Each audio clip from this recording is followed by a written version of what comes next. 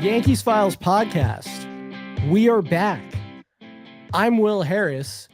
You're Steve Perry, but not the one from Journey. Well, the one from Journey for the purposes of this bit, but you were never in Journey. And you don't know that.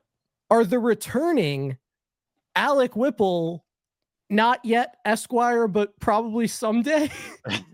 Hopefully, I'm JD, but not Esquire. JD as in Jonathan Davis. Yes. Well, Whipple, welcome back. The rest of you are fans of the team with the best WRC plus in baseball, the best xWOBA in baseball, and the best run differential, at least coming into today, in the American League. That team is, of course, the New York Yankees. Whipple, things got dire for a moment. You promised to come back on the podcast. Since then, the Yankees, we think, are 6-2. There's a lot to get into with this team. For you, there's the entire regular season to get into. But first, Whipple, then Steve. How are you both doing? Oh, I see. Yes, Steve. Sit down. I am good. Yeah, I think a well-timed podcast appearance, or perhaps the winning streak was predicated on my appearance. You never do know. We don't know what caused what, but I'm good. I have, I think being here right now, I'm like, damn, I really missed podcasting. Like, it has been, to give an update on my life, it has been a very, very busy summer. Studying for the bar was not fun, but it is over. It has been completed and hopefully passed. And I'm getting ready to start a job and find out how I did and all that fun stuff.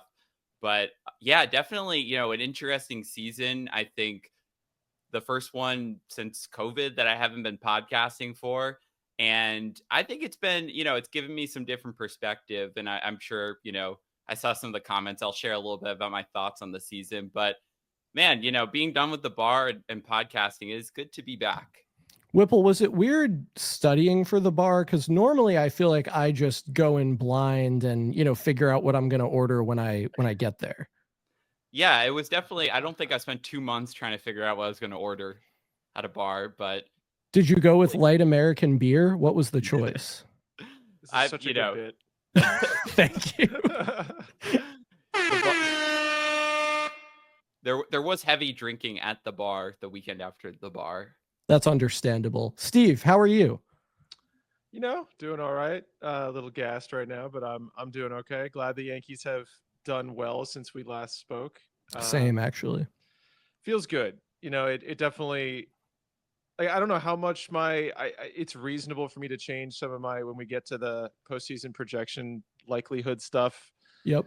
It's definitely gone up, but I mean, I think it's unreasonable of me for to completely shift gears over the course of however many games it's been. So, but it's nice to feel like things are rounding into form again now. I have confidence again, and that's good.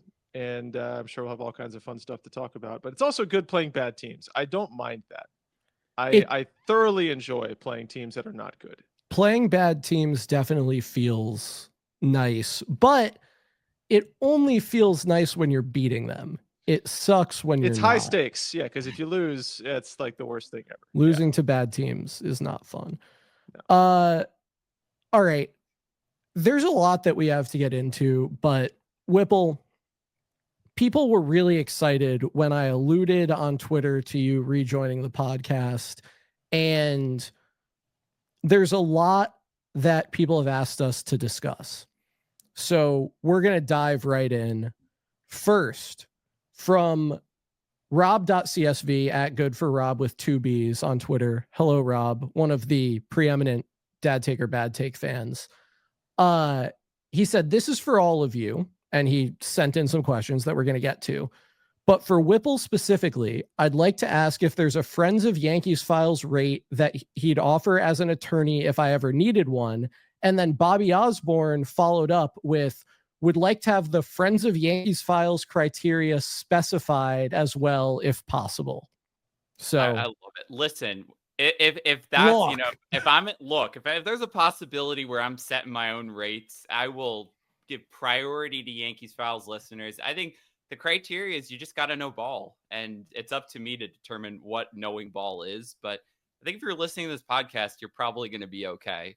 So if you, and like on a more serious note, if anyone ever alludes to me in my professional life that they knew me from a podcast, like you better believe I'm giving them special treatment. And I don't think that's off base. Maybe that's not okay to say, but you know what? That's fine. I think that's really cool. So that's the word of advice to everyone out there in the future. If you are in that position, mention Yankees Files. All right. I think that's very fair. Use promo code Yankees Files. Yes. Rob's other questions. 1, in regards to Volpe's glove this season, how much of our perception of his defense is muddied by the lack of public first base scoop data? My thinking is this. We know he doesn't have the strongest arm and may be nursing an injury, but is he bouncing the ball more often than other shortstops, or do we only notice when the first baseman misses the pick? The Yankees first basemen have 22 scoops per Fangraphs. This was on August 3rd. Third most in baseball, but that's not terribly descriptive. The data exists somewhere, but there's so many variables, frequency, difficulty, etc., that it's been bugging me for some time now. Rob, I understand where you're coming from. Anecdotally, I would say there are definitely plays that Volpe made or didn't make that did not result in outs for which or on which I thought the first baseman should have made the play. There was one that was the ball was fully enclosed in the glove and then popped out. So it at least plays a role. It's hard to say to what degree. Steve, do you have a perspective here? No, I think that's probably the right way of looking at it. Yeah, I don't know. I mean, I will say though with Volpe, if we were going to be looking at that and saying, well, his outs above average is bad, his throws have been terrible.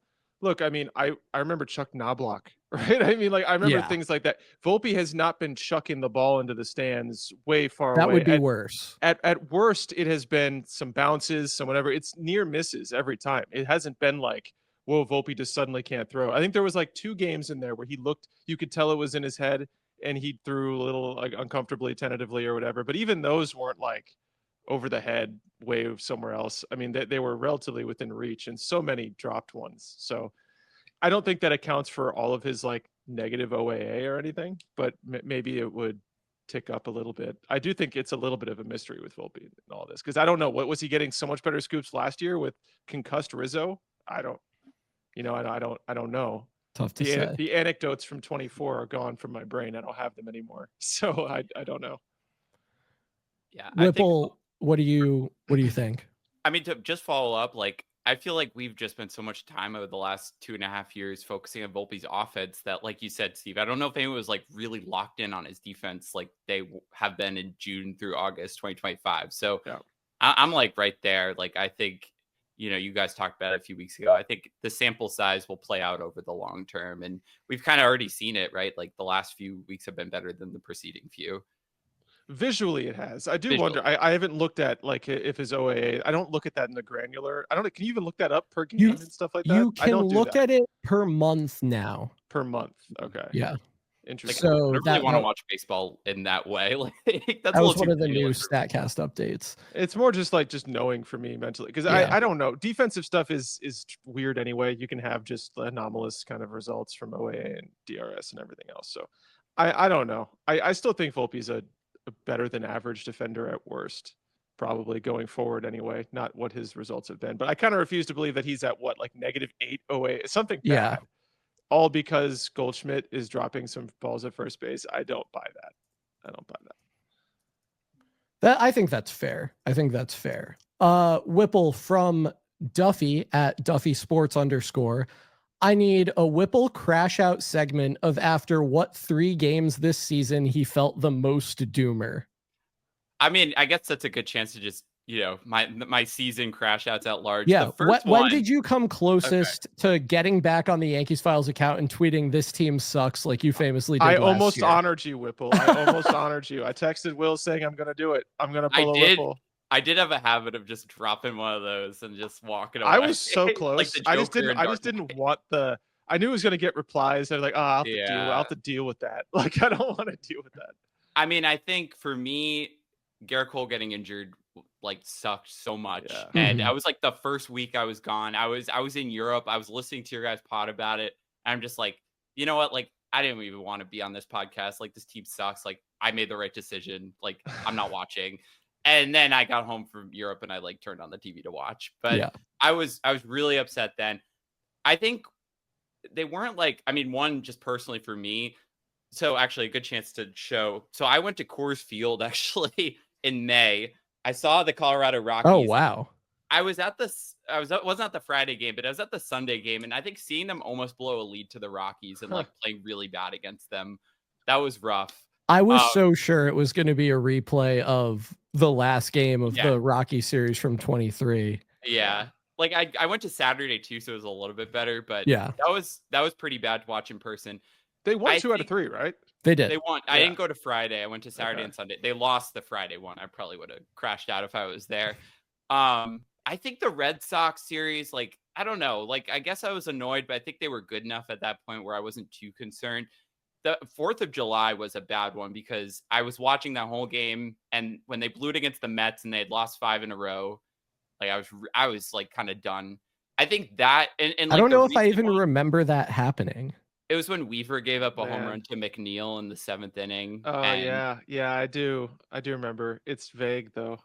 That, like, I just happened to be watching that one. I think of the last month, like the really low moments was that because you had just gotten swept by the Jays, and then the Marlins game. I was at a wedding and following, and it was definitely rough to watch. One other funny one though, the Friday Phillies game where the bullpen blew up. I was sitting with my girlfriend's dad, who listeners of the pod might remember years ago. The first time I ever met him, we were at Yankees Rangers, and it was Glaber hitting a walk-off home run, and Garrett Cole, the guy hates Garrett Cole. Garrett Cole was shoving, Glaber homered. I felt like it was so cool to go and just kind of be like, yeah, I know something about baseball. So this was the reverse where like he doesn't have MLB TV. The one game he was watching was Apple TV, and it was like, the Phillies are so good. They do all the right things. The Yankees don't do anything right. Kyle Schwarber's so good. Bryce Harper, Trey Turner. This is what the Yankees should be like. And I'm like, I just had to sit there and take it. So it's so funny for someone, because that's actually a very unique type of take to have, that the Yankees should be like the team that only hits home runs and never plays defense. And that's kind of sick of him. Like, obviously that's not what he means, but that is the team that he's talking about, is the team that doesn't do anything except hit home runs and plays the worst defenders in the world. Oh, but then they do all the right things, They do all the little things when they're hitting like hitting home runs. They won. Little things. They won is all that happened, right? They won that game. That's actually what it all boils down to in any of those situations, is they won the game. So retroactively, the other team should have been more like them, because then they would have won the game. Yeah. Actually, we watched one other game. It was the McMahon walk-off game, and he thought McMahon was the greatest player to ever play because he hit a sacrifice fly to walk off the game. He didn't think Volpe did well hitting the game-tying home run. He didn't say anything about Bellinger, but when McMahon kept the ball, elevated the ball, it was like, this guy knows how to win. He's a winner. So that was my season at large, and some of the small crash-out moments. But I think early July, like if it was one moment where I'm like, they're done, I feel like early July was pretty bad. After the trade deadline was a little weird because I feel like they got all these new guys, and like I just felt like when they start clicking, like they have the guys, but yeah, that was my biggest crash out for sure. You think so? I mean, the Marlins game for me, yes. The was like they lost 5 in a row, right after the trade deadline, and that crashed me harder than anything. Because you did feel all this optimism. They had gone into the trade deadline being positive. They got these new players. Let's go kick some ass, and then the worst game you've ever seen, and then 4 losses. Yeah, that was brutal. That hurt. Fun season. Yeah, man. Yeah, you had to just take this season off, huh, Whipple? Like you could have delayed this. Well, it's funny because we got like some crazy good games. I mean, you got the one against the Mariners, you got the comeback against the Braves, you got the Rays one with the big man. I mean, like legendary comebacks. Like, so I know they blew some games, but they've also pulled some games out of their ass. It's been a bizarre season. They almost never lose a regular game. Like I was thinking about this. They almost never just lose like they got beat today. Like that just What? doesn't Are happen. you going to start keeping a list of Yankee Way losses, Yankees way Steve? losses. No, it's not even that. It's not like what they did wrong. It's just remarkable how many games that they could have easily won. I mean, like, so, I would say there's 20 different games like that they could have very easily won. Some You of were them even talking should have about won. that. You were talking about that in like May. Like, Yeah. it's gonna come back to bite them. And you know, I Yeah. was like, oh no, they can't possibly collapse in June again. Yeah. Yeah. Well, I mean, now it's looking better again, but That's it's been a roller coaster of emotions for this season. I mean, we were a half a game out of a wild card spot, just like, or not half a game from being out of a wild card spot. yeah. Like what? Less than a week ago? Yep. So does Crazy. this comparing seasons, this compared to 2021, what do we So- feel? So different. It's so different. That's my like go-to roller coaster season. It's similar, I guess, from a record perspective ish, but like this team is better. This is a good team. That's what makes it more maddening. It's more upsetting this year. 21 was depressing. 21 was just Stanton, Judge, and the pitching was good. I mean, if they didn't rip off, if they went like 7-6 in that 13-game winning streak, like that 13-game winning streak carried them. They also were insanely clutch too. Like that last week of the season. Yeah. I still remember because they got into the playoffs the last game, right? Yeah. And it was like Judge hit like a walk-off walk-off single. Yeah, up the middle. Yeah. Wasn't it 0-0 and like I that think was I think it was. Yeah. I remember Crazy. watching that at work. Gio like flew into the dugout, catching that ball. Yeah. Yeah, it was like all that just to get. Well, it doesn't matter. All of that just for a really depressing exit. Yeah. So what I remember about the end of the 2021 season is on the day of the wild card game, I was traveling for work, as I tend to do, and my hotel room number that week was 2018. And I was like, they really put me in room 2018 when the Yankees are playing the Red Sox in the playoffs. And I don't believe in that stuff, but that week I kind of believed in that stuff. Anyway, Whipple, you got a question from... Oh no, where did it go? You got a question from Nick, and I want to shout out his Twitter handle. That would, of course, be NickJK070.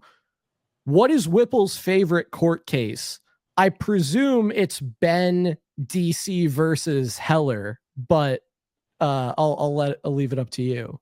Wait, is this a good time to pull up that list that I made? Remember? I do remember a list of some sort. So I think I can get it pretty quickly if I saved everything in the correct place. Oh yeah, because I saved it under personal stuff. So basically when I was a 1L, and I thought law was really fun and cool and, you know, not boring and insanely oppressive. And anyway, when I thought it was fun and cool, I took all the cases I read and I fit like players' names into them when I was studying for finals. So let me actually read a few of them that I sent. And I actually made different teams for each subject. But wait, can I guess? I have some. Can I guess if any of them are on there? Okay, let's see. Okay, so how about Tyler Rowe versus Wade? Oh yeah, that's on there. Yeah. Okay, how about Lawrence Peter Yogi Berra versus Texas? Let me see if I had that. Also, wasn't there a Chaz Rowe? There was a Chaz Rowe. Yeah. Nasty too. I had Chaz Rowe v. Tyler Wade. That's good. Chaz Rowe v. Tyler Wade. How about Plessy versus Ferguson Jenkins? So I didn't have either of those, but that's a good one. Three Finger Mordecai Brown versus Board of Education. What did I have for that? I had Dominic Brown versus Board of Education. Homer Bush versus Gore. What did I have for that? Or Homer Bush versus Gore, or alternatively Terrence Bush versus Gore. That's a good one. I didn't. Or have Mackenzie that Gore. Or Mackenzie Gore.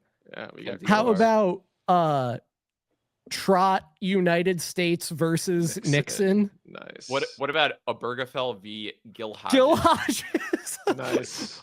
Planned Parenthood versus Casey McGee.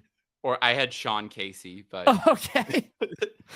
Marbury versus Madison Bumgarner. Yep, I had that. Nice. I had Shelby Miller County versus Jonathan Holder. Oh God. I mean, there's a lot. Like, there is so many of these. I made teams. I put everyone at. Give me some more. Give me some more. Oh, I'll stick to con law because that's probably what you'd know the most. Let's see. There's a case Gonzalez v. Reich, so Marco Gonzalez v. Reich. Okay. A case Abbott Laboratories v. Gardner, so Jim Abbott Labs v. Brett Gardner. Nice. What else we got? We got what do you say Washington v. Davis? Or nope. No? Washington v. Davis is Ron Washington v. Chris Davis. I was hoping for Claudel Washington v. Ike Davis. I mean, there's there was Katzenbach v. Morgan and Morgan, so it's Joe Morgan and Morgan Ensberg. I love a Morgan Ensberg shout out. I have everyone at positions here. I got like a bench. That's amazing. And for every, I mean, most people only know mostly con law cases, but like property, there's a bunch. I mean, I got Randy Johnson v. McIntosh. I got Wade Davis v. Chili Davis. That was a domestic dispute. So that's great. I got Albinger v. Will Harris. So okay. Yep. If anyone wants the full list, I can always publish it. I feel like I said I was going to do that, and then I just didn't. It's still pretty good. This could take up the whole podcast, by the way. Like, we have that much content. This question that we're going to address in this manner from Waleed Harani at Waleed_Harani. Discuss the Boston series and the implication that series has on the rest of the season, i.e. playoffs, etc. He's not going to like this answer. He's not. I think I might agree with it based on the tone. But the Boston series is 4 games, and those 4 games count exactly the same as any other 4 games in the season, and they don't tell us anything more or less about the Yankees than any other 4 games in the season post trade deadline, because obviously the roster changed pretty meaningfully.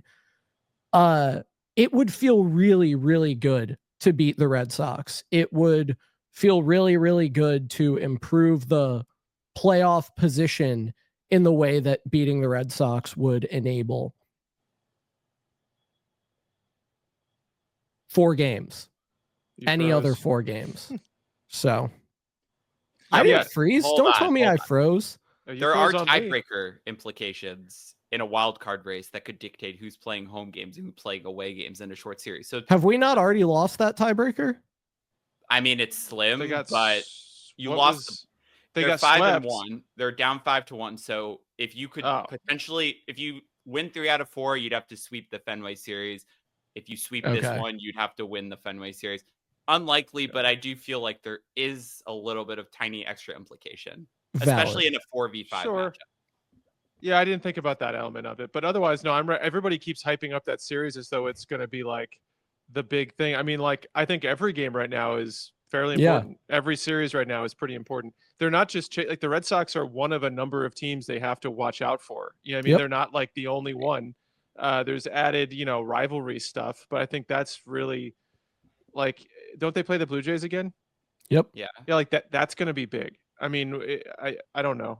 So I think they're all fairly big. Do they play like the Guardians again or anything? They don't, right? No, they play. Do they play the Royal? Any of those teams? Royals, Rangers. No. So it's Mariners. No. Okay. They play Mariners. I don't need to see them again. They play the Rays, Red Sox, Nats, White Sox, Astros, which could be relevant. Yeah. Jays, Tigers, Red Sox, Twins, O's, White Sox, O's. Yeah, there's a couple really nice stretches through there. I think it's the first like 2 weeks or week and a half of September is tough. And then really outside of that, it's like games 150 to 162 you crazy easy would like to see go really well. It's sort of nerve-wracking leaving that to the end, though. You'd almost like it earlier, so well, make hay against the Nats and White Sox. 4 games in Chicago. It looks good. It looks good. I mean, this is what we said last time was that, look, we believe it. The team is good and the schedule is favorable. So it should work out. That doesn't Yep. mean it will, because so many things can go wrong. But like so far, that's happened. They played the Twins, they beat the Twins. They played the Cardinals, they swept the Cardinals. Like that's what we wanted.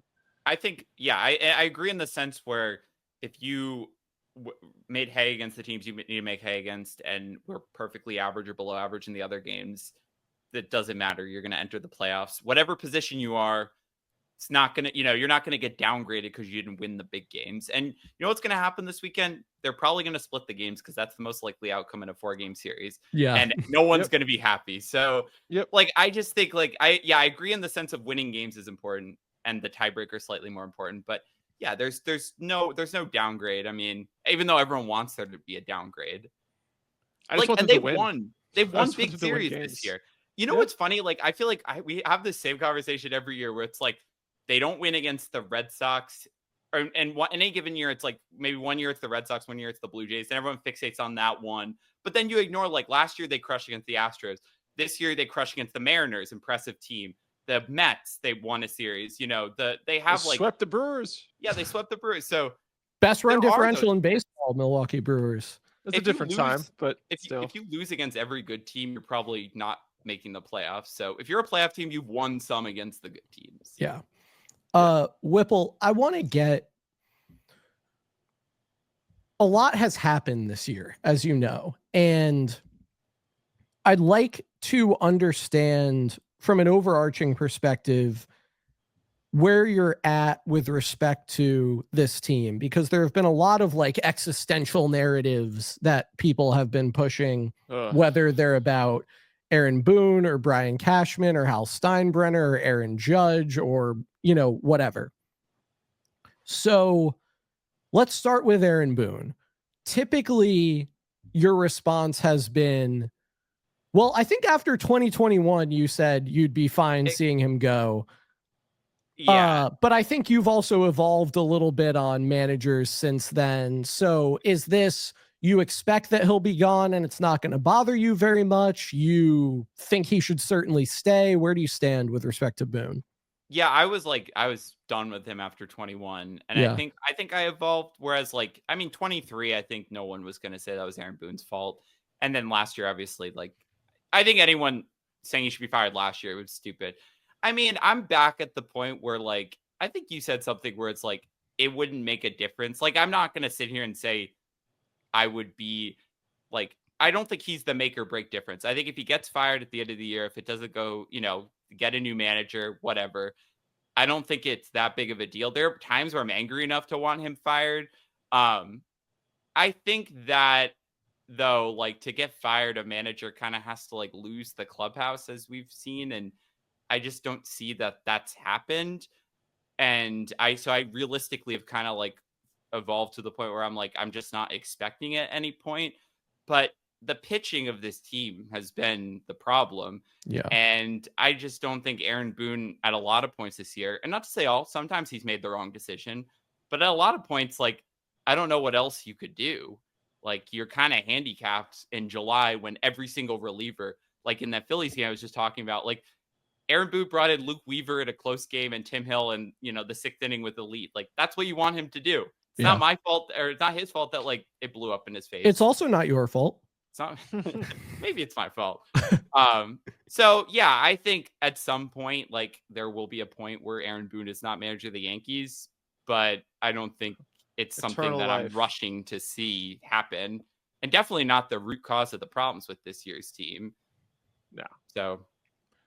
No, Are you proud of me? Because that's definitely a much more measured take than I had. You. I'm very proud. Yeah. I got 21, I I was way done. too much.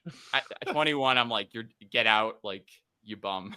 Well, you also, I think you've come a long way in your approach to baseball analysis since 2021.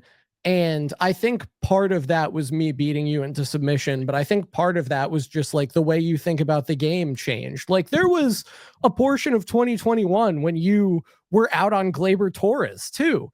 Yeah. And that obviously is something that you came around on. So, I think we live and we learn and we evolve on some of these issues. Steve, you might have believed something stupid 5 years ago.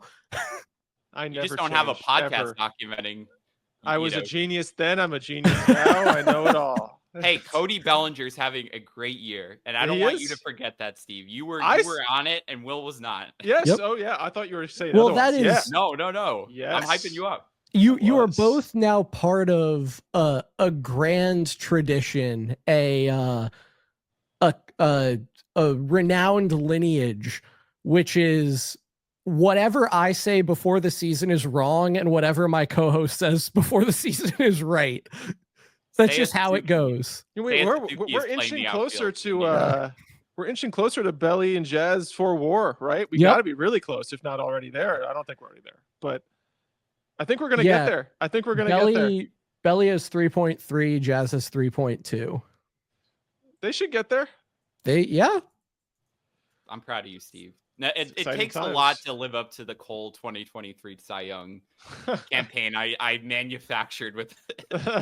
But Whipple, Jazz has 3.4 if you go by Baseball Reference, and I'm happy to be charitable in the measurement there. Either one that gets there, I'm claiming victory. Yeah, for sure. Yeah. Whipple, the Cole Cy Young thing was great, but you have admitted that you may have also ruined the season by being right about the Cy Young. It's the Thanos meme. What did it cost? Literally everything else. That's okay. You know, there's a lot of seasons of baseball that we'll watch. If I had to ruin one of them to get my favorite player as Cy Young, it had to happen. You know what? I can respect that. Anything else to say big picture? Do you want to talk about fundamentals? Do you want to talk about Brian Cashman? Do you want to talk about any of those things? We haven't gotten your take on any of this stuff. I mean, I guess my big picture take is that I usually am like such a doubter of the offense and a believer in the pitching staff. So I feel like this is kind of the first season in a while that hasn't happened. And obviously, you know, maybe that was because I left and the offense like, okay, we can suddenly be the best offense in the league in exactly the way that Will Harris doesn't like, which is depth at all positions. Oh, come on. No. That's not a fair characterization. They're 13th in batting average and leading the league in home runs. I would be perfectly fine with that. But no, the offense has been so fun to watch. I feel like I've had utmost confidence in them. And yeah, I think they did. It feels cruel that the offense is this good after all the years of really good pitching. It's like, could we not have lined this up?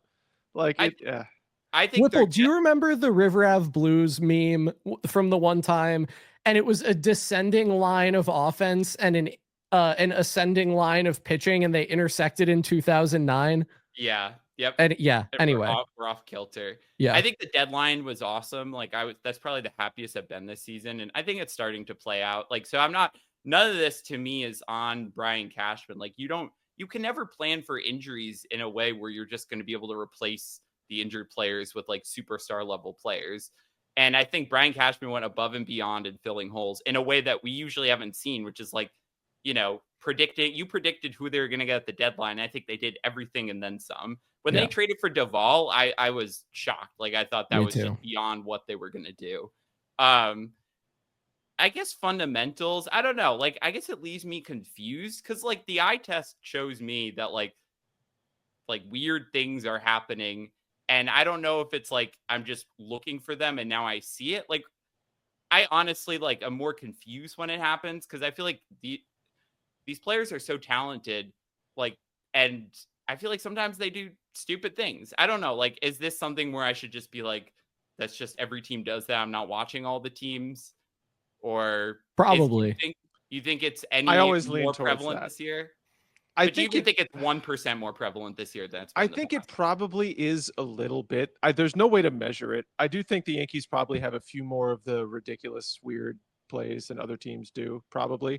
Part of me almost feels like it's a self-fulfilling prophecy, though. Like, I don't know. Like you are searching for it. Maybe even as players, there's like I don't know, but I feel like there's something where it's almost like created from itself. Well, it's also in like a weird way.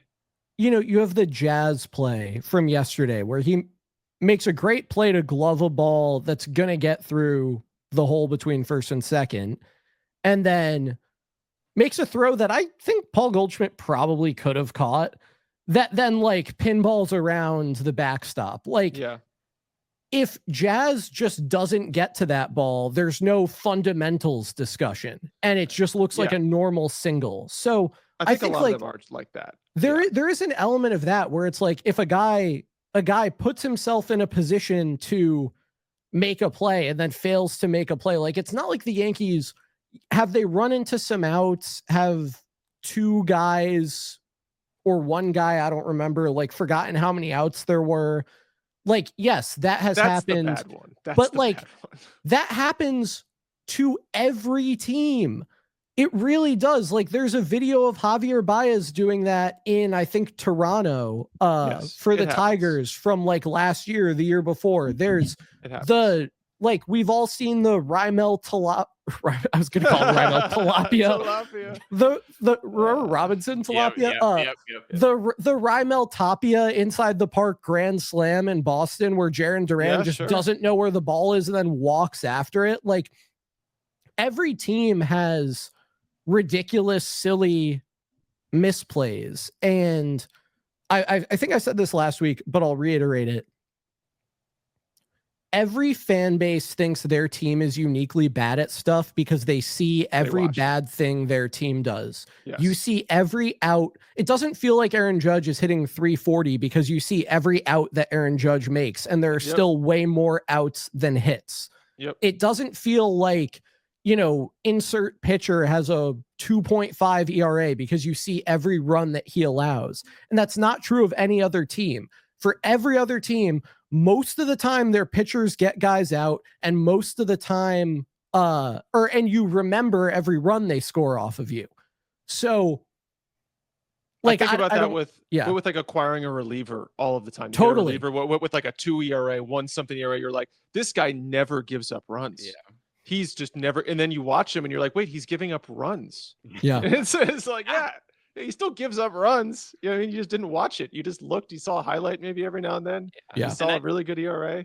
Yeah. I think similarly, at least like, you know, in my mind, well, one, I think in my mind, the Yankees are in a position where if they don't play flawlessly, like they get a ton of attention for this stuff. Yes. So yeah, people are going to key in on it. But like in a similar vein, like other teams collapse in the division, especially this year. Like, I think that's a great example. Like every other team. Like every other team. Like other teams blow massive leads. Like other teams, as we've seen, the Yankees have come back in some of those. But people remember, I think like people remember it as a win, and then they remember the losses as like epic losses, instead of being like, wow, that win was like really rare and lucky, and like we shouldn't have gotten that win. It was like, no, that was a win. Like we got the win, moving on.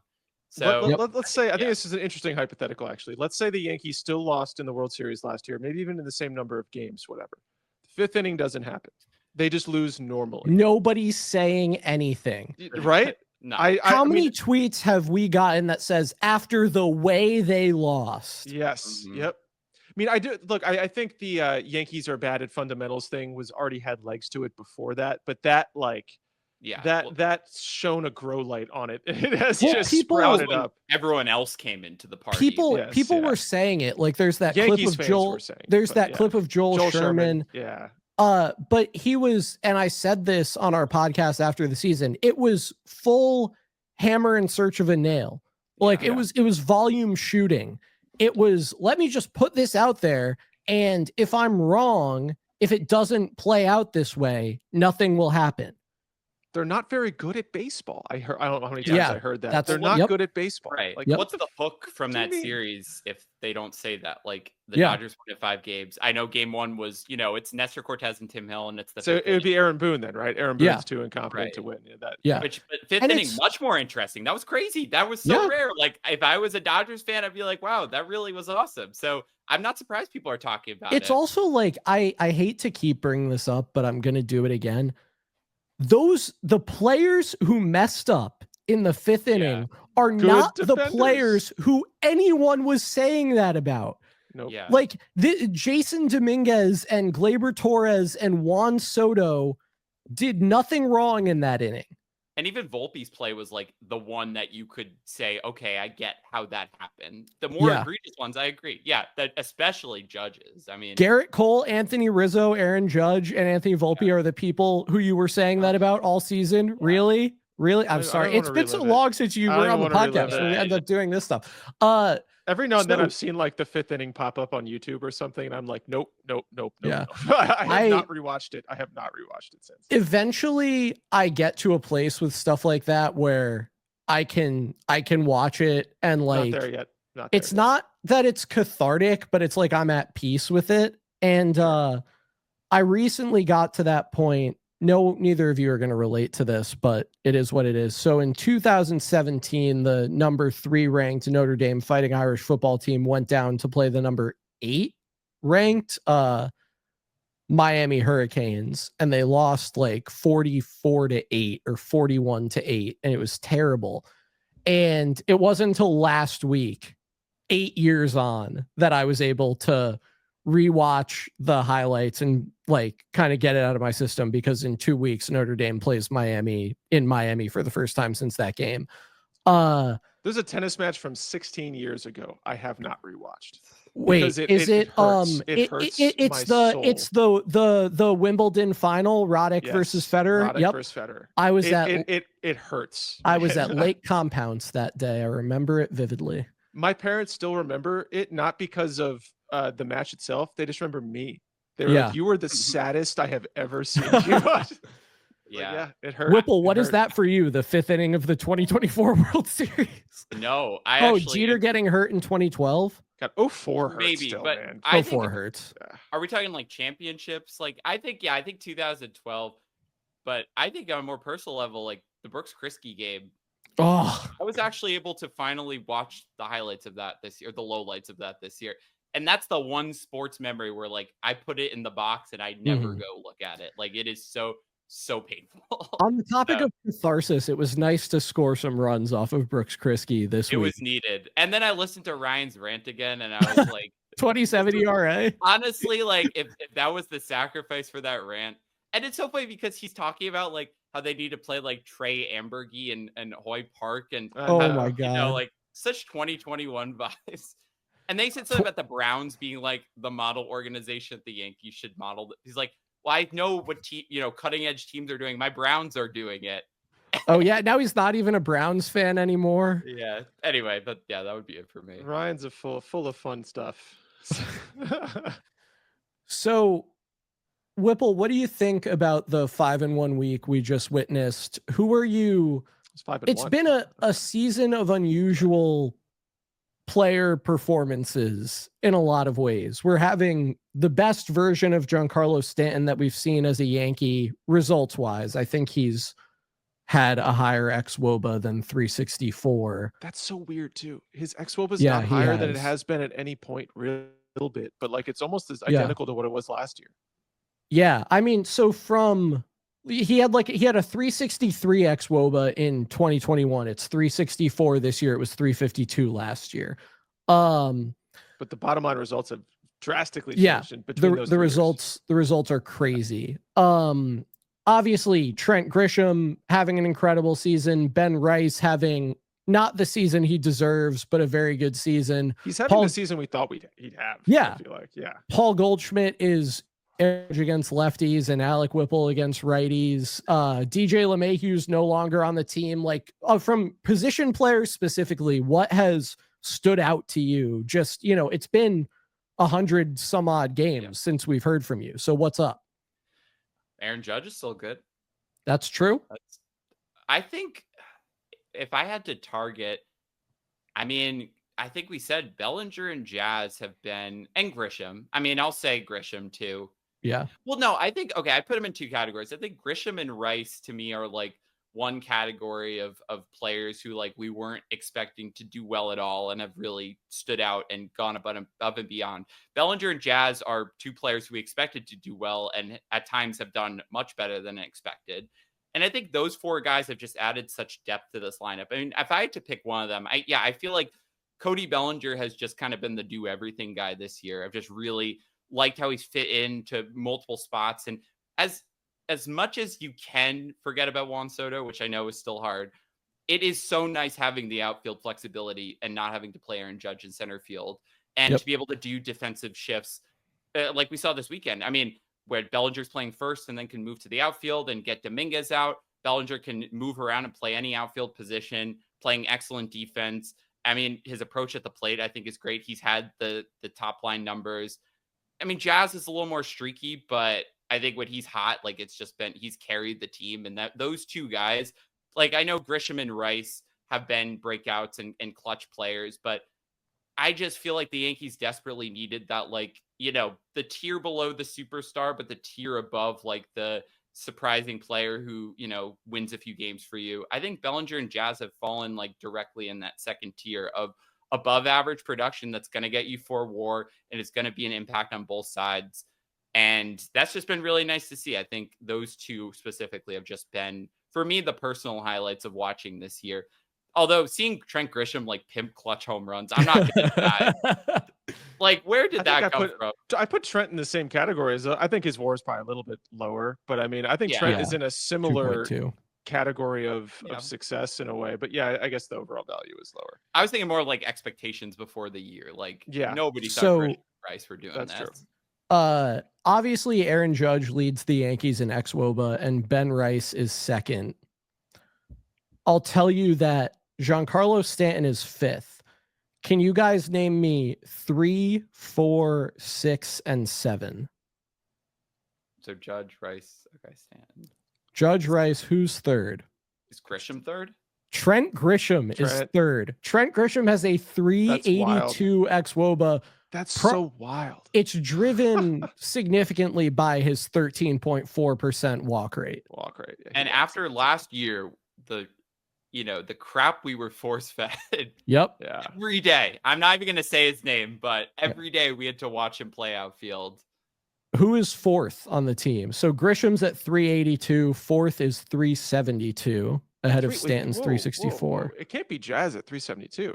It sure is. It is? Wow. Jazz has a 347 WOBA and a 372 xWOBA. Trent has a 352 WOBA and a 382 xWOBA.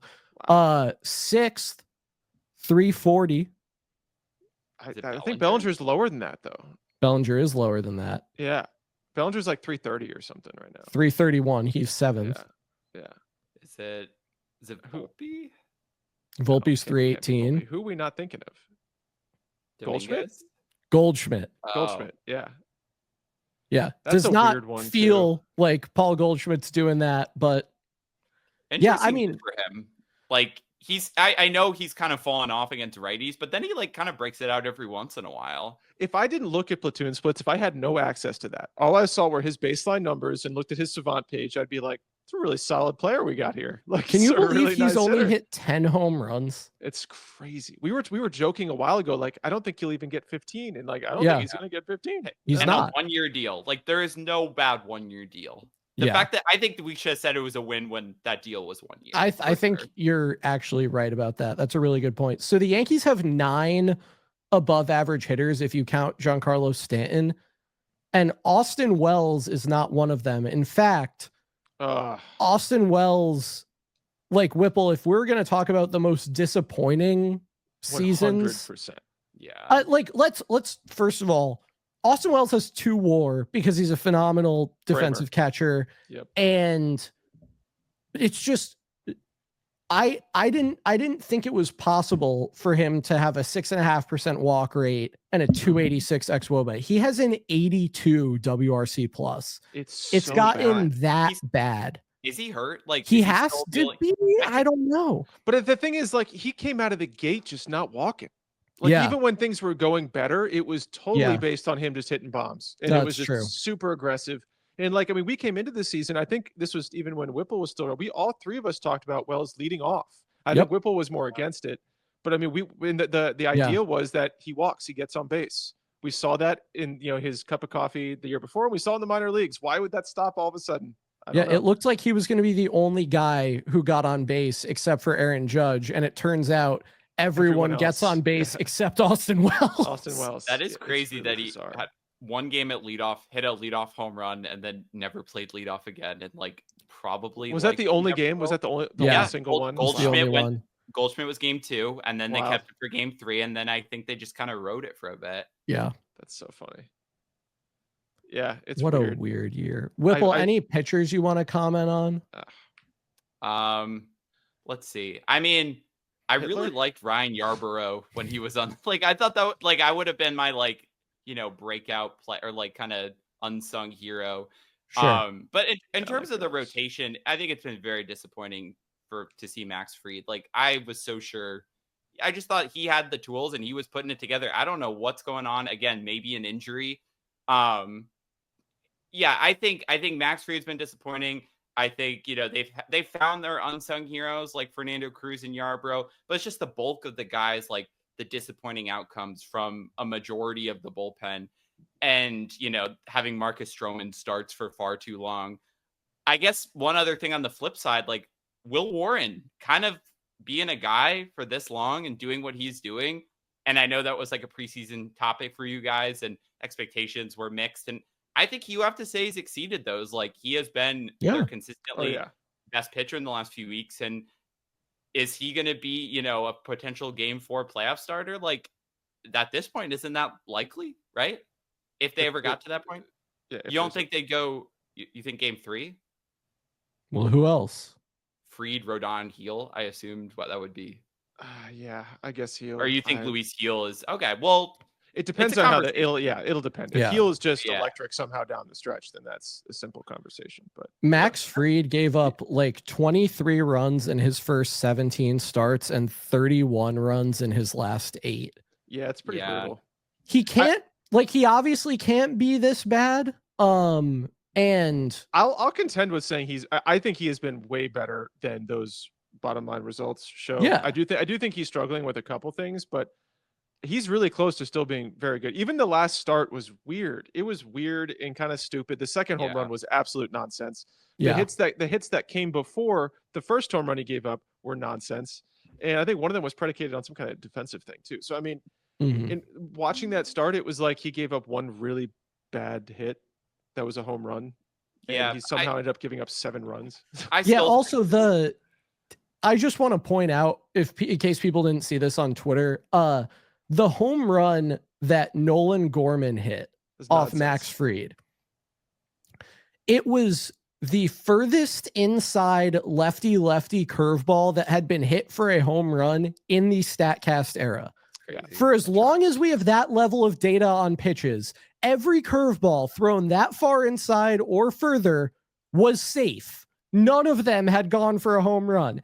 And then, in spite of these 10 and a half seasons of information, Nolan Gorman goes and does that. Yeah, it's wild. I would still, right now, even with how the results have been for Max Fried, if you told me you have to win one game, you can pick any starter, I'm picking Max Fried. I'm absolutely doing it.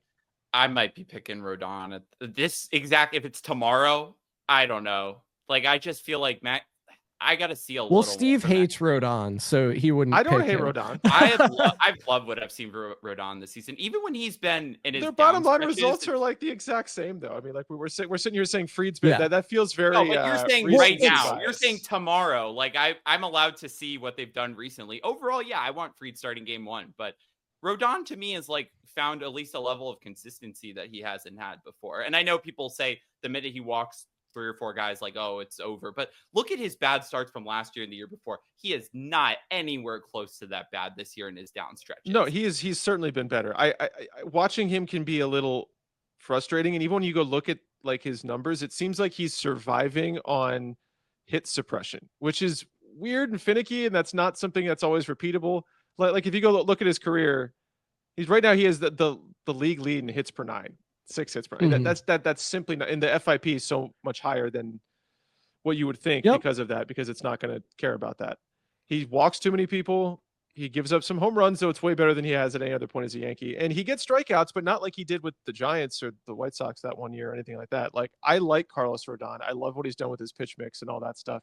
I think it does lend itself to being less damage. So I think some of that's real, but he does have a higher strikeout minus walk than Max Fried. That makes sense. Max Fried doesn't get that many strikeouts. Also, then, like, he's comparable in that to Luke Weaver. No, I like Rodon. I like Rodon. Yeah. He just. It's also it is like, I don't know. It's weird. I don't know if there's anything to this, but Rodon gave up 4 or more earned runs in back-to-back-to-back starts, his second, third, and fourth games of the year. He's given up 4 or more runs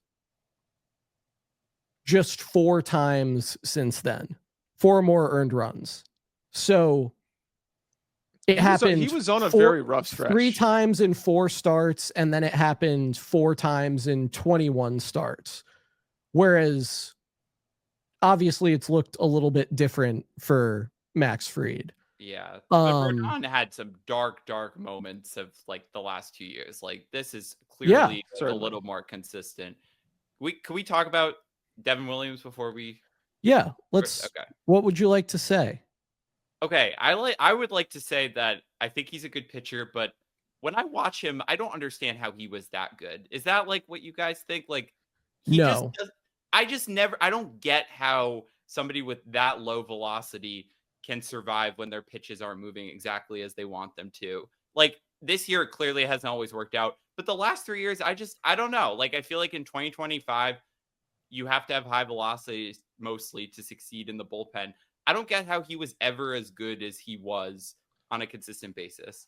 Well, it's just like you see how guys react when the changeup is good, and the changeup has always been good. Like right. I don't think there's really anything else to it. I don't know. No, I think that the mystery for Devin Williams, because I understand thinking like that. My brother thought that. My dad's asked that. It's his fastball is really, really good. It's not just like, I think sometimes it's easy to look at 94, 95 and think, well, we see that all the time. He is like 99th percentile extension on his release point. His fastball plays up with ridiculous spin, and the way he releases it is insane. It's a really, really good. I think the stuff plus on it is outrageous for only being 94, 95. So then you add that to the weirdest off-speed pitch in baseball, and that dynamic is ridiculous. So I do think it's nastier than it looks. Sometimes. Yeah, like I'm saying that it's like I've never watched Devin Williams before this year, but that's totally I get that. I mean, this year I've just been confused by him. No, I feel you. I mean, because I've watched videos of him obviously, but I never sat down and watched him like I have this year. And yeah, it is confusing, especially against a righty where it's like, how the hell do you not have something breaking away from a righty? Like you'd think you'd have a slider or something. Yeah. I don't know, but when he had because he was really good. It's so easy to because it started off so bad. Then more recently, well, without the last few, it was really bad. In the middle of that, he was Devin Williams, actually a different version of Devin Williams, even better in a way. He didn't walk people like he used to. The guy is still like innings. 97th percentile chase, 98th percentile whiff, 94th percentile strikeouts this year. Like, it's the difference between this year and 2023. He's walking even fewer guys, actually, and getting more chases. It's damage suppression. Like he was 65th percentile at limiting barrels in 2023 and 96th percentile in hard hit. This year, 24th percentile in barrels, 81st, which is still good in hard hit, and ground ball has come down. So like the batted ball profile allowed has changed, but I think sometimes just weird stuff happens. Is it that weird to say weird stuff happens? Throwing more strikes. Ironically, I think he's throwing more strikes than he used to, and everything kind of lines up with that. The walks are down, the contact's up. Like that, you throw more strikes, that's going to happen. Because it is kind of like when Clint Frazier, now a lot more comes when you say Clint Frazier's name now than it used to. He's going to appear. If we pay him money, he'll be here in 5 seconds. But it's not unlike. It's like the pitcher version of in 2021, Clint Frazier started making a bunch more chase contact and became a much worse hitter. It's like the pitcher version of that. Oh, you're in the zone way more, and now guys are making more contact, even though throw strike seems like a reasonable thing to want. Right. And I think like Ryan talks about often where he's like not as Devin Williams still gets really great whiff rates. We just looked at it. Really great whiff and K rates. It's not. So you can look at the percentiles. I think he's like 90th percentile this year. He's 99th percentile, whatever the last full season he played. But it's like 5% less whiffs than he had that year. So he was just such an outlier at that point that like Yeah, he still gets a good number, but he was so absurd in that way. And the Ks per nine are still really good, but not 14 Ks per nine like he had been doing with the Brewers, things like that. So I think he's throwing more pitches in the zone, and that's it. And the pitches are getting hit harder, which makes sense. If you throw more in the zone, it's going to happen. Like, I mean, but at the same time, I don't want him walking more people. That's maddening, right? So like, I don't know. It's a hard line. Yeah. I mean, I did like how he was deployed on Sunday's game. Like, if that's what happens, I think that's awesome. Like, that is such a great weapon to have. I don't think we have to rush him back to the closer's role or the setup role. I don't think he makes it back to the closer's role. I don't either. I think that's that. That's. Do you think he makes it back to 8th inning so they can free up Weaver for fireman work? I think it could happen. I think if Devin Williams is just outrageous and unhittable in September or something, I mean, who knows? I mean, you're going to ride whatever works going into the playoffs, assuming the Yankees are going. Yeah, I mean, we've seen Boone was not afraid to make Wandy Peralta like the highest leverage guy in the world. So it could be Brent Hedrick for all we know. Like, you're also going to be getting like Cruz back. That'll change the whole dynamic of it. I would love if Doval could be good enough to get the 8th inning. Like, I would love if Doval would stop walking guys. Yeah. Like the home run yesterday, I don't really care. Right. Like sometimes you allow a home run, but like he's still striking guys out as often as he's supposed to. He's just walking like the equivalent of 8.5 guys per 9 or something. And you just can't do that. He's done some weird, like, dude, I think it was 2 outings ago. He came out and was throwing like what I used to watch Camilo Doval do for the Giants, throwing 101 mile an hour cutters, like insanity. Stupid. And then I think the last time he was out, it was like 96, 97 cutters. That's a huge velocity split for someone like that. I don't know what his deal. I haven't watched like daily like this to know what his deal is, but he can be so gross. I don't know. And speaking of velo, man, one of the big topics of conversation early in the season was Luke Weaver's velocity, which is all the way back now. Yeah. He was at like 97 yesterday. He was pumping it in. Yeah. Yep. I think even if you look on the season now, it's very close to where he was last year. That's still going to be weighted down by early season where he was throwing low 90s. But I think it's pretty close to 24. I mean, the only time he struggled this year was like the 2 weeks after coming off the IL, he was just giving up homers. And like, that's totally understandable. He probably got rushed back. He's like 90, that's it. 94.9 right now. He was 95 points last year. 95.7. So he's right. He's almost there. He's almost back to what he was last year after all kinds of concerns. I'm trying to pull up a StatCast search. If any of you want to just say stuff for a second. Maybe the Mets will sign Luke Weaver and he'll take the Clay Holmes path. But was He's never Clay been a starter before? Yeah, I was going to say, Clay was never a starter before, right? No, I don't think so. And they definitely shouldn't re-sign Luke Weaver, but I also do. I'm back to really liking Luke Weaver, even though this whole first part of the year I was like ringing the bell on him eventually sucking. I kind of think they should. I mean, not today's conversation, but no. If Devin Williams is clearly gone, like you're gonna have Bednar, you have Doval, you're gonna have Cruz. Yeah, you probably have Hill back. Yeah, you probably get Hill back. Do you take? I feel like you pick up that option. So it's a team option, right? Yeah.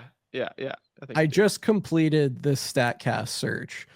Cam Schlittler and Camilo Doval have combined to throw 49 of the 50 fastest pitches for the Yankees this year.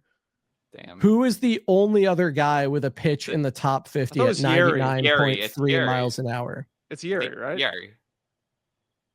No. Not Yeri. Yeri has not hit 99.3 miles an hour. Wait. So this pitch is 99.3. Oh, it's Loizaga. 99.3. It's Loizaga. Loizaga, yeah. So this is hilarious. So 90 of the 90 of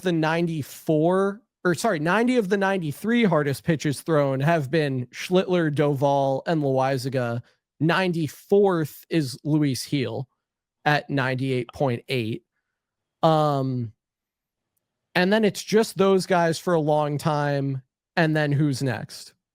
At the 122nd hardest pitch by a Yankee this year at 98.5. Is that not Yeri then? Still not Yeri, although he does have one at 98.5. Did Fried do it? He's got up to 98. Fried has also gotten to 98.5, but a slower 98.5 than the one that I'm talking about. Bednar? Dave Bednar. Oh, yeah. I wasn't including him. Yeah. So then you get into Fried, Yeri, a lot of Loizagas, but they added a lot of guys who throw really hard to the roster recently. Yeah, for sure. Cool. So Whipple, I think that's addressing cool. your concern there. I think it's good that they added good pitchers, and the fact that they throw hard is awesome also. But Yeah. I just want the good ones. Also, Will Warren, his velocity makes no sense. It makes no sense. In his start against Minnesota, he threw a ball 97.1. Yeah. Which, like, I didn't think he had. He had 2 at 96 against St. Louis, which I also didn't really think he had. But the 97 is crazy. I have a theory. Okay. It was in his last post-game interview, just this recent one. He mentioned like 5 times unprompted about how he and Max Fried have been getting more damage contact, and that's what they try to do occasionally, is not always get strikeouts. And if you look, he doesn't get as many strikeouts as he did earlier in the year, but he's actually getting better bottom line results. And Max Fried is the king of this velocity changing fluctuation thing. Yeah. I feel like he is just Frieding. I think he is hardcore Max Frieding, which is not a bad person to, Great emulate. Yeah. For whatever it's worth, Rodon's been doing that too. Like he'll throw 91 and then he'll throw 97. Like, and no one did this until Max Fried came to the Yankees. Yeah. Like no one, I'm sure it kind of happened, but these extreme examples of it are so apparent now. Yeah. And Max Fried has done this for a long time. So I have to think there's something going on. All right, guys, it's time for us to wrap up this podcast. And as you know, that comes with our confidence out of 10 in the New York Yankees. But first, Whipple, I understand you have a show and tell. And we're sorry to those of you who are audio only listeners. You'll just have to deal with it. So, as people know on this podcast, I like to do show and tell a lot. And I've brought in some cool things over the years. This one I'm especially proud of. So in graduating law school, I think my parents were searching for the perfect gift to get me. And I think I mentioned this before, but I'm going to work for a law firm in which Rob Manfred was a part of, in the same practice group that I'm going to work for. So basically, I'm going to be the commissioner of baseball, I think is the takeaway. So my parents took the student note that I had published and about baseball and the lockout and sent it, without telling me, to Rob Manfred's office saying, our son is graduating law school. Can you potentially sign the hardcover copy of the note and send it back? He's a huge baseball fan, et cetera, et cetera. And in doing so, they did not receive the note back. What they did receive was, again, they requested the note signed. They received a signed picture from Rob Manfred. And that's it. It signed it. I don't know if that's possible. Yeah, you could see Robert E. Manfred. The note was not returned. So he ostensibly has the note. Maybe he'll read it and maybe he'll use it to inform his lockout negotiation strategy in the next CBA. But I now have a signed picture of Rob Manfred, and Rob Manfred supposedly has my note. Do you know if your parents considered getting you something signed by isn't Mussolini's granddaughter in Italian politics now? Do you know if they consulted with one another about maybe getting something signed by her, or one of bin Laden's surviving wives, perhaps? Or maybe I think Saddam Hussein's 2 sons are both dead, but someone in that family, or I don't know what Hosni Mubarak, I don't know if he's around, or Gaddafi. I don't know what lineage he has. Listen.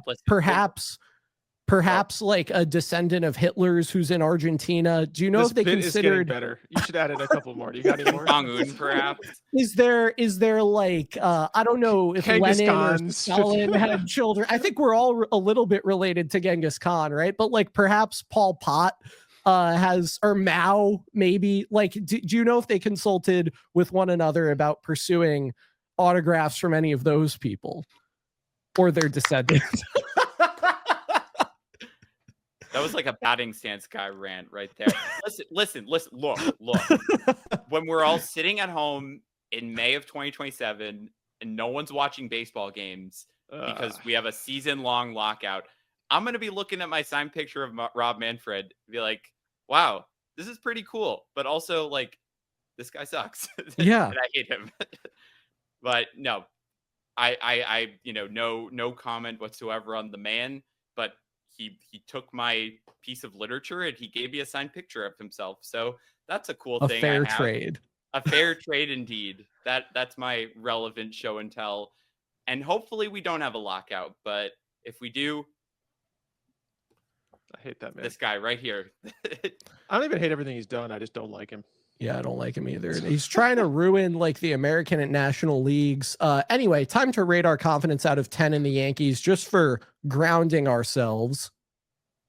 Picoda gives the Yankees a 95% chance to make the playoffs. Nice. Fangraphs gives them a 93.5% chance to make the playoffs. I guess it's really a range of like 80 to 95, depending on which of their projection systems you use, but the default one is 93. So where do you guys, or Steve, I'll start with you. Steve Whipple, as I'm sure you've heard, has added this construct where the confidence rating is just what % chance do you think they're going to make the playoff? It wasn't this way the whole time. At a certain point, it became ridiculous to keep giving it. It was like, well, now it's actually a question, so we might as well make that what our rating is. But sure. So I think what I was at, I think I didn't move last time, right? I think I have stayed at 6.6 for a while. Yeah, and how do you feel now? Wait, is that a 66% chance? Yes, it is. Yeah. And that's the Mariners, although they're mounting a comeback, are currently losing. If the Mariners are to lose this evening, and the Red Sox are losing too. And the Red Sox are losing.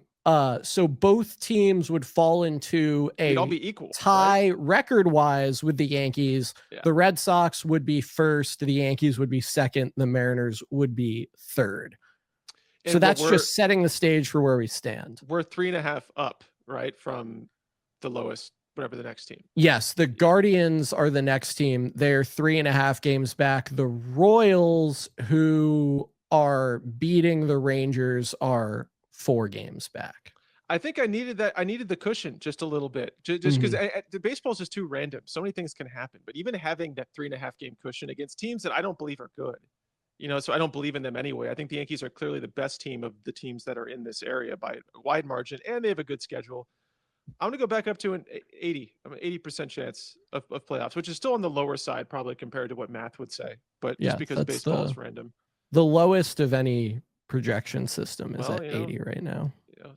Pessimistic Steve. Yep, that's right. All right. Steven, and the P is for pessimism. Stefan, alternatively. If it's percentage out of 100, I'm like 95. I don't think they're missing the playoffs. Like I still think anything can happen. So what would you have said when they were only half a game up? Would you still have been 95? I'd probably been like 80%. I just feel like, I don't know. Like this team is not like 2023 to me. I know they're not putting it together. And yeah, maybe that's easy to say in retrospect, but even if they fell out, like I think their schedule is too light at the end. I guess if they went like 0-6 this week and we're like 4 games out when we're talking now, but that's the thing is anything can happen. Like it's just, of course, anything can happen. It's a rating of anything is possible. Your probability weighted assessment of what's gonna happen. Yes. I'm just saying it's just like the likely, like it's not that unlikely that something like that happens. Like I think it's unlikely, but I don't think it's like so unlikely. Like here's my thing. I don't want, like, if they're going to be a wild card, like they need to get that top wild card seat. They need to be playing those games at home. I know it's, obviously they're going to be in the playoffs otherwise, but that's really like what I think, like I think if they're the 5 or 6 seed, I'd be disappointed. If they're the 4 seed, then like I'd be reasonably happy with that just based on like getting a short series at home. And I think that will have an impact. And I think at this point, I'd probably say, like, I'm kind of 50-50 on whether they'll be able to do that. I think they will make the playoffs, but I'm not so sure about where they're going to land. And I don't think they're reasonably going to go after the division. Like they just kind of, but okay. That leads me to another point. The schedule is so F this year. There's no way they should have been playing 7 games on the road in Toronto in a span of 3 weeks. That is so bad. Really, really bad. And yet here you are flaunting a picture of Rob Manfred. Well, that I can't agree with that. But yeah, I think confidence overall, like in making the playoffs, I'm pretty confident. I think confidence overall, like I would give them like, I don't know, like a 7. Like I don't think they've proven enough yet. And I think they're still a little too inconsistent, but I can't be like my 50-50 odds. Like I can't be at 5. I think they're playing too well right now, but I think the path is still there. Like there's nothing to me, they have the pieces. It's not like 2023. Like they have the players they need to make a run. And I think if they could keep stringing together these wins, then, you'd feel better about it. But even if not, like, just got to get in. This is definitely talking about how I've evolved. I'm definitely on a like, got to get in this year mentality. Yeah, that was, we had like a knockdown, drag out fight in 2023 about that. I think they're the team that could benefit from just getting in this year. They're not going to benefit. They're probably not going to get a bye. Like, but they're a really talented team that might end up in a like underseeded. So I'm kind of on the get in train this year. I just want to get in. I don't even care. I mean, like obviously if we get closer, I want the wild card stuff to spin their way. But right now, I just blanketly am still worried about not making it. I just want to get in general because I think they're a good team. So yeah, I think on the Steve scale, I'm at like a 9.5. I think it's exceedingly likely that they will make the playoffs. Yeah, I think so. I could probably go up from 8. On the classic confidence, I'm probably at like a 7.7 or something. In between 7 and 8. I think, look, like this team has tons of talent. If Fernando Cruz, Camilo Doval, and Devin Williams are all healthy and effective, they have enough pitching to overcome the lack of depth and in a few cases the lack of experience in their starting rotation. And they obviously have the offense to carry them to a World Series. I mean, I think it's going to be hard to win the division, though anything can happen, as you guys have pointed out. But I think it's exceedingly likely that they make the playoffs. And I think that their ability or lack thereof to do damage in the playoffs will fully ride on the quality of their pitching, and everyone on that staff has the ability to be really, really, really good in the postseason. I mean, we saw Carlos Rodon's best start as a Yankee probably came in the ALCS last year. Max Fried has been one of the best pitchers in baseball for the last 5 years. Will Warren, we've seen mow down major league hitters, and especially if he only needs to do it for 4 innings, like go out and empty the tank. Same deal, Luis Heel, same deal, Cam Schlittler, and pass it off to a bullpen that has the ability to be dominant. So yeah, all those guys can do it. They have the guys who they need. It's just a question of what actually happens. And I'm not in the business, and we ought not be in the business of guaranteeing any playoff performance or result. But yeah, I think the Yankees will be there, and we'll see how it goes. Whipple, any parting shots from you before we wrap up? The Manfred thing was my parting shot. No, no, I mean, listen, this has been fun, and hopefully I'll be invited back on for a playoff preview, getting the juices flowing again. And I'm about to permanently move to the concrete jungle, and I plan to go to as many Yankees games as I'm sure you've been going to, Will, since you've been there. Oh, Roman Anthony just misplayed a ball in right field. How will Alex Cora hold him accountable? You know what happened the other day that made me laugh? I forget what game it was, but somebody went to, I think it was against the Cardinals. Guy went to turn to pick a guy off at second, and no one was there, and just threw it to center field. Yeah, threw it at Caballero. Yeah, and I was like, oh, ho, ho, ho. Like, I mean, I don't know. No peep about that, right? I don't know. Any parting shots from you, Steve? That was it. Yeah, okay. No. Whipple, it was great. That's parting shot. Whipple, it was great having you back on the podcast. It's just like old times. We'll certainly have you back soon. Who knows? Maybe that playoff preview is from my living room. You never know. Hold on now. Look, I'm in America's from largest my bedroom. City. Hey. All right. I'm signing off. Anyway, thank you for rejoining us on the podcast. You're always welcome. I think we're going to have some pretty exciting guests as the Orioles go up 4-0 on the Red Sox. It's funny when I report on this stuff live on the podcast, people already know how these games ended. We're going to have some pretty exciting guests here moving forward. I think we got a dad take or bad take potentially coming. I'm hearing rumblings that a certain Taylor from Nashville could be joining us on the podcast. You can draw your own conclusions about which Taylor that is. But until then, you can keep up with everything we do at YankeesFiles.com. Michael Casper has something in the hopper. You can follow us on Twitter, where we are at Yankees Files. The podcast is available wherever you get your podcasts. We hope you'll rate, review, subscribe, thumbs up, 5 stars. We got a nice review from someone who compared us to the band Fountains of Wayne. So if you check the Apple reviews, you can see that. So thank you. Thank you, Greg. Anyway, we hope you'll review it really positively if you like the podcast. We hope if you don't, you'll just download it and juice our listener numbers. The podcast comes with the added bonus of video if you are a Spotify listener. So you got to see Whipple show and tell instead of just hear us compare, and by us, I mean me, compare Rob Manfred to various terrorists, and, dictators and whatnot.